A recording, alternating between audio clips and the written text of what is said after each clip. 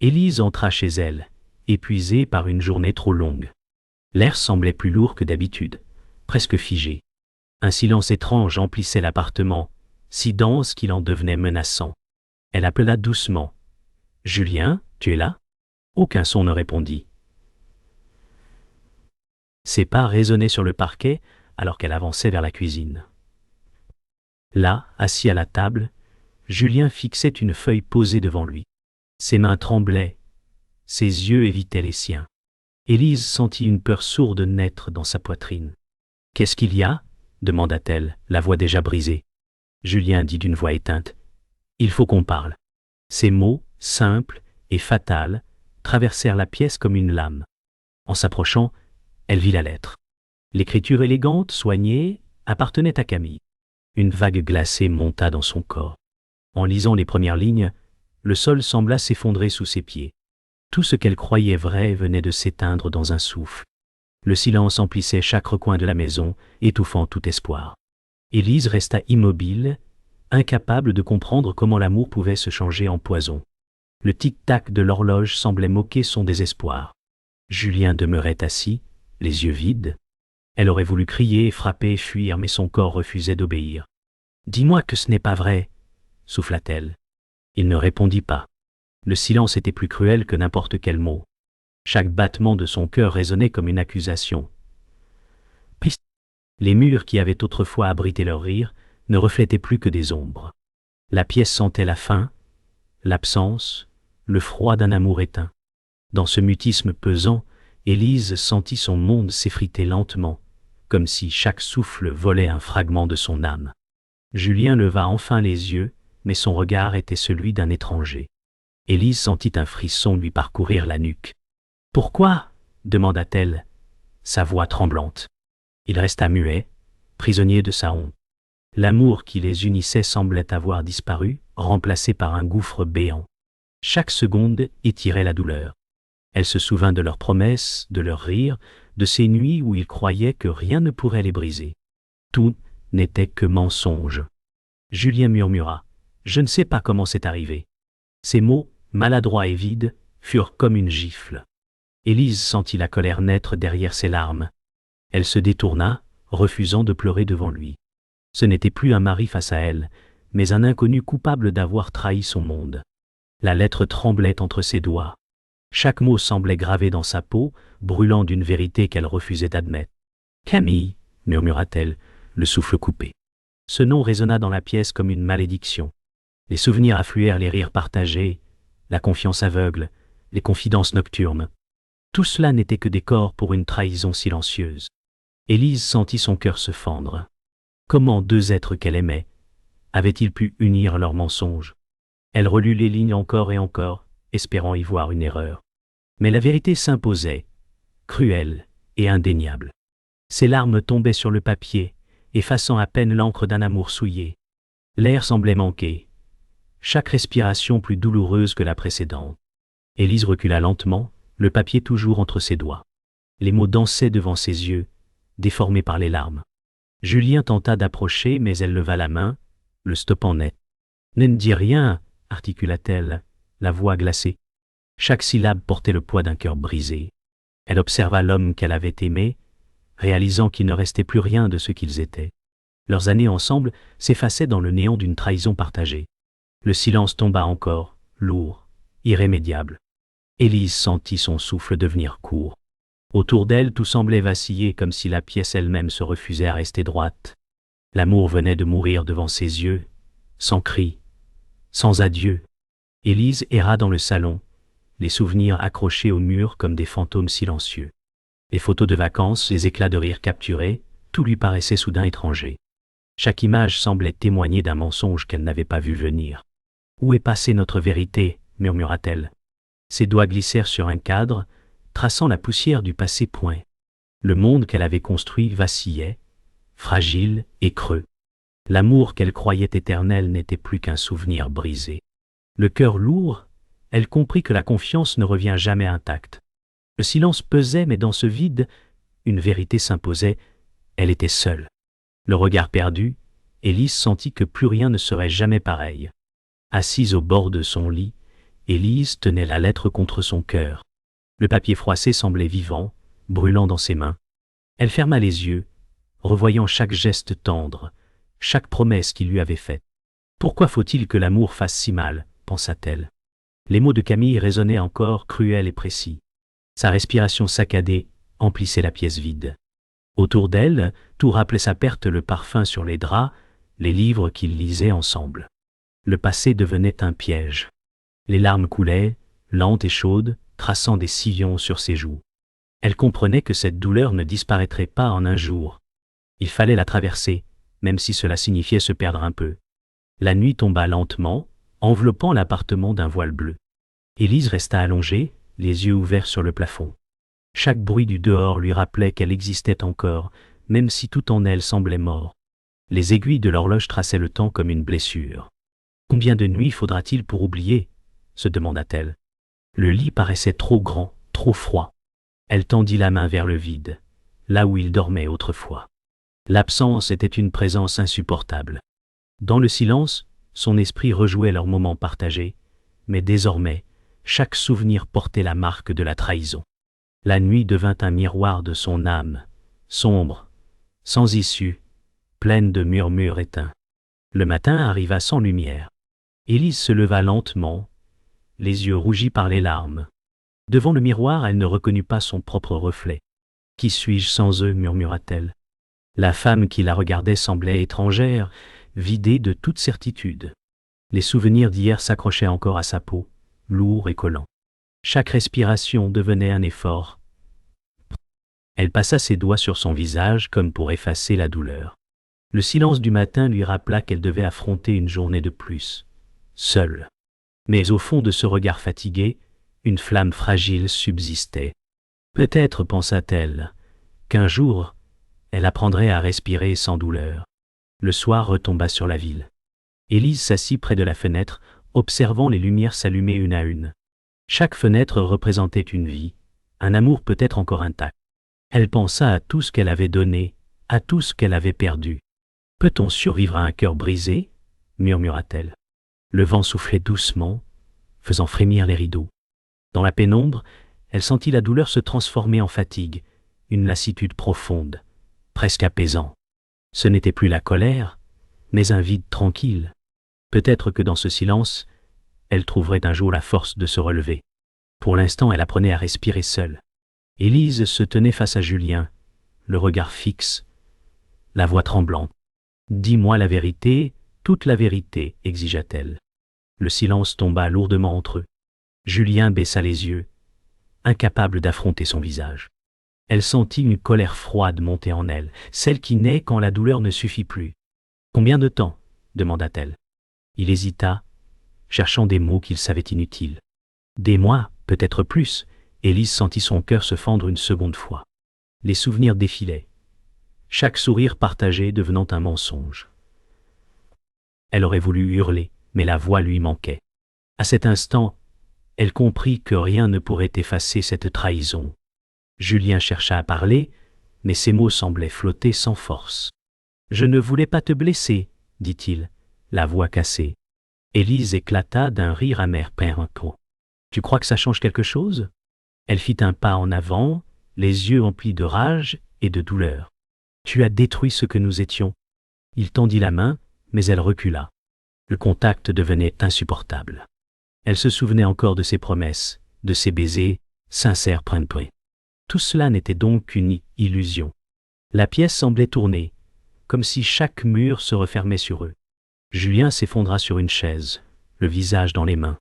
Mais aucun remords ne pouvait réparer l'irréparable. Élise tourna autour de la table, chaque pas résonnant comme un verdict. « Tout ce que tu dis, ce sont des excuses, pensa-t-elle.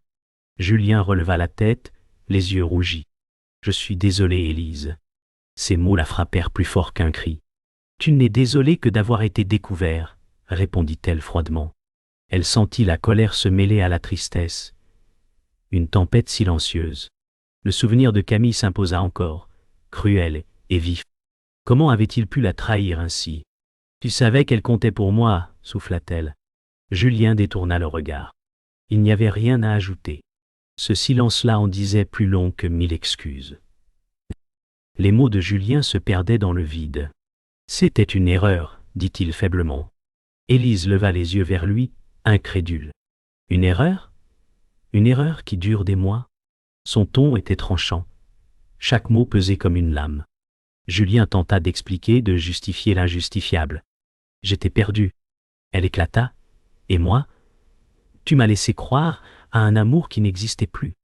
Les larmes brouillaient sa vue, mais elle refusa de fléchir. Tout en lui semblait étranger désormais, même sa voix. Le monde qu'ils avaient construit s'effondrait pièce par pièce, sans retour possible. Seule restait la douleur, brute, nue, impardonnable. Élise prit une profonde inspiration, sentant la fatigue l'envahir. « Je ne peux plus vivre dans ce mensonge, dit-elle calmement. Julien voulut répondre, mais elle leva la main. C'est fini. Ces mots résonnèrent dans la pièce comme un glas. Le silence s'abattit à nouveau, plus lourd que jamais. Elle se détourna, fixant la fenêtre où la pluie commençait à tomber. Les gouttes glissaient lentement, traçant des chemins de lumière. « Tu as choisi ton histoire, murmura-t-elle. Et moi je choisis de partir. » Julien resta figé, les yeux pleins de regret. Mais il était trop tard. L'amour qu'ils avaient connu n'était plus qu'un souvenir étouffé par la pluie. Les jours passaient, mais le doute refusait de mourir. Élise sentait qu'il restait quelque chose d'inachevé, une vérité tapie dans l'ombre. Chaque mot de Julien résonnait dans sa tête, mais certains détails ne collaient pas. Pourquoi Camille savait-elle autant, pensa-t-elle? Les souvenirs d'appels manqués, de regards échangés entre eux, revinrent la hanter. Une angoisse froide s'installa. Elle prit son téléphone et remonta leurs messages. Certains semblaient effacés. Son cœur accéléra. Une intuition naquit, brutale, presque insupportable. Et si la trahison allait plus loin? Le souffle court, elle comprit qu'elle devait savoir. Même si cela la détruirait. Dans le silence de la nuit, Élise fouilla plus profondément. Son regard tomba sur un message archivé. Une simple phrase « Ne t'inquiète pas ». Elle ne saura jamais. Son sang se glaça. L'expéditeur Camille. Elle sentit un vertige la saisir. Les pièces du puzzle s'alignaient enfin, révélant une image monstrueuse. Sa propre sœur, complice. Ses mains tremblaient, ses larmes jaillissaient sans qu'elle puisse les retenir. « Pourquoi ?» murmura-t-elle brisée. L'amour fraternel qu'elle croyait inébranlable s'effondra en un instant. La douleur prit une forme nouvelle, plus profonde, plus cruelle encore que la trahison amoureuse. C'était la destruction absolue de la confiance. Le lendemain, Élise marcha jusqu'à la maison de Camille. Le ciel gris semblait peser sur ses épaules. Chaque pas résonnait d'une colère contenue. Quand Camille ouvrit la porte, un sourire hésitant éclaira son visage. « Élise, tu vas bien ?» demanda-t-elle. La voix douce sonna fausse maligne. Élise la fixa longuement. « Depuis quand tu mens, Camille ?» Le sourire se figea. Un frisson traversa l'air. « Je ne vois pas de quoi tu parles, » répondit-elle en détournant le regard. Mais ses mains trahirent sa nervosité. Élise sortit son téléphone, montra le message. « Explique-moi. » Le silence qui suivit fut plus coupable que toutes les paroles pompies. Camille recula d'un pas, le visage blême. « Ce n'est pas ce que tu crois, » balbutia-t-elle. Élise avança, les yeux emplis de larmes. « Alors, dis-moi ce que je dois croire. » Sa voix tremblait de rage et de désespoir. Camille chercha une issue, incapable d'affronter la vérité. « Je voulais te protéger, dit-elle enfin. » Élise éclata. «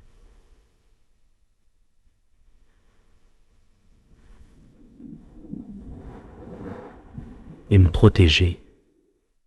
En me mentant, en trahissant tout ce que nous étions, les souvenirs d'enfance, les promesses partagées, tout se mêlait dans un chaos douloureux. » Camille baissa la tête, vaincue. Ce moment scella la rupture entre deux âmes autrefois unies. Rien ne pouvait effacer cette blessure. Élise s'assit lentement, le souffle court. « Tu savais, Camille, tu as choisi ton camp. » Sa sœur détourna les yeux, incapable de soutenir son regard. « Je ne voulais pas te perdre, » murmura-t-elle. Les mots sonnèrent creux. Élise sentit une larme glisser, mais ce n'était plus de tristesse. C'était du vide. Tu m'as déjà perdu. Ces mots furent un adieu. Camille voulut tendre la main, mais Élise se leva. Elle savait qu'aucun pardon ne viendrait. En quittant la pièce, elle sentit la douleur devenir plus légère, remplacée par une étrange lucidité.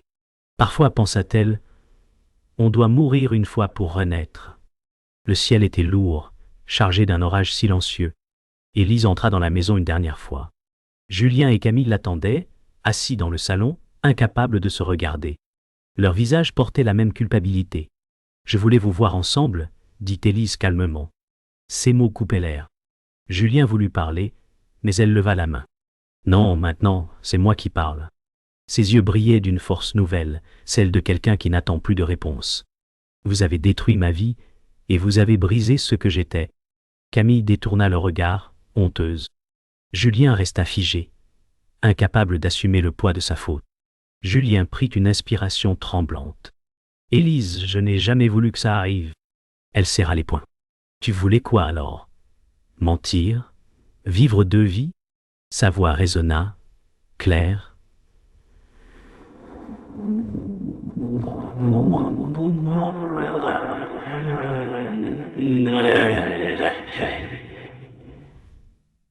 Penchant, Camille tenta d'intervenir.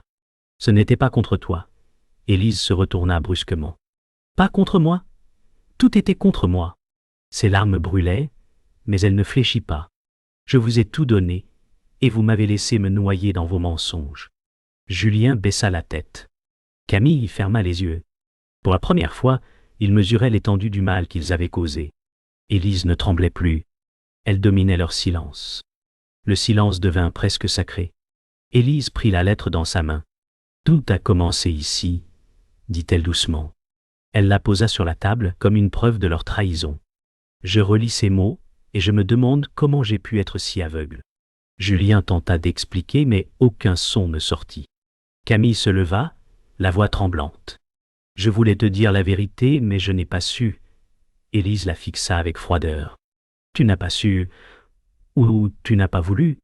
La question resta suspendue, lourde comme le tonnerre. Les visages se durcirent.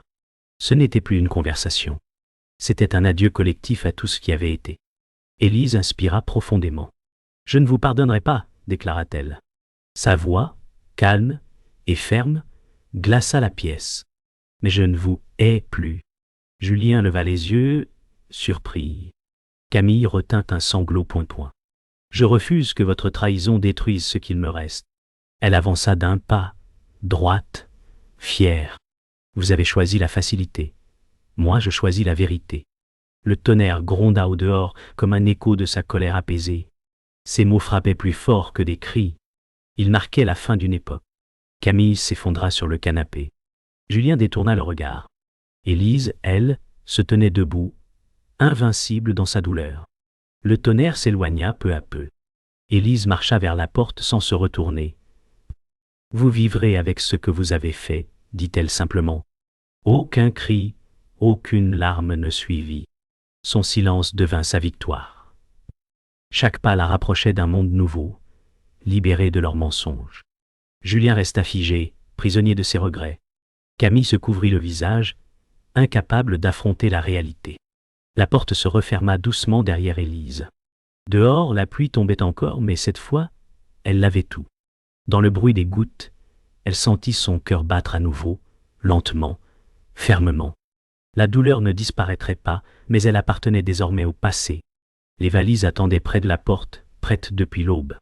Élise regarda une dernière fois autour d'elle. Chaque objet racontait une histoire qu'elle ne voulait plus entendre. Elle prit une inspiration profonde, posant la main sur la poignée.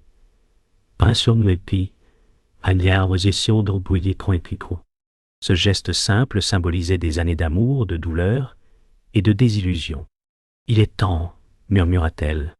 Son cœur battait lentement, mais fermement. Ce départ n'était pas une fuite, c'était une renaissance. Les souvenirs resteraient, mais ils ne la définiraient plus. En franchissant le seuil, elle sentit le poids du passé glisser de ses épaules. Pour la première fois depuis longtemps, elle respirait librement. Élise marchait lentement dans la rue encore humide de pluie. Le ciel gris s'éclaircissait à peine, mais pour elle, c'était déjà un nouveau jour. Chaque pas résonnait comme une promesse silencieuse. Elle se souvenait des nuits de chagrin, de la colère, de la solitude. Tout cela semblait loin maintenant. Je ne suis plus la même, pensa-t-elle. Le vent effleurait son visage, frais et doux. La ville s'éveillait autour d'elle, indifférente à ses blessures. Pourtant, dans cette indifférence, elle trouva un étrange réconfort. Le monde continuait, et elle aussi. La vie ne l'attendait plus. Elle devait la rattraper. Elle arriva dans un petit café au coin d'une place calme. Le parfum du café chaud se mêlait à l'odeur de la pluie. Assise près de la fenêtre, Élise observa les passants, leurs visages, leurs histoires. Il y avait dans leurs gestes une normalité apaisante. Elle sortit un carnet et commença à écrire. Les mots coulaient sans effort des pensées, des regrets, des promesses. « Je survivrai », écrivit-elle. Ce n'était pas une déclaration de défi, mais une vérité douce. Entre ses doigts, le stylo tremblait encore, mais son cœur, lui, ne vacillait plus. Elle savait qu'un jour, elle tournerait la page pour de bon. De retour chez elle, Élise ouvrit les rideaux. Le soleil inondait la pièce, chassant les ombres qui s'y étaient installées. Elle sentit la chaleur sur sa peau et ferma les yeux. C'était différent maintenant. La maison, autrefois pleine de souvenirs douloureux, devenait un lieu neutre, presque apaisant. Elle s'assit sur le sol, les jambes croisées, respirant lentement. « Je n'ai plus besoin d'eux pour exister », pensa-t-elle. Ce n'était pas un cri de victoire, mais un souffle de paix. Le silence ne lui faisait plus peur. Il lui appartenait, enfin, comme une mélodie douce et sincère. La nuit tomba à nouveau, mais elle n'apportait plus de chagrin. Élise sortit sur le balcon, observant les lumières de la ville s'étendre à perte de vue. Chaque lumière semblait lui murmurer que tout recommençait. Elle posa les mains sur la rambarde et ferma les yeux. « Je ne suis plus prisonnière, dit-elle doucement.